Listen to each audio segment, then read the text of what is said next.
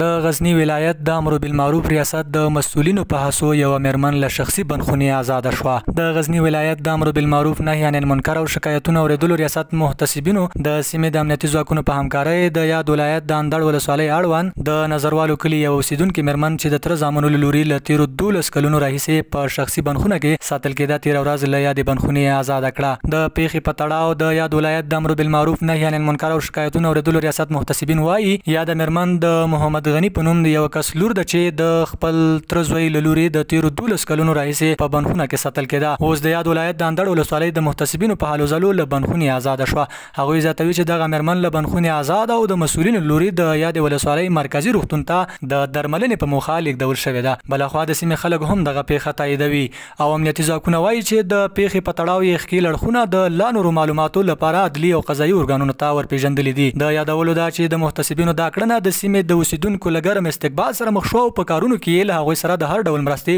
ژمنه وکړه. فرمان الهی دایم د پیغمبر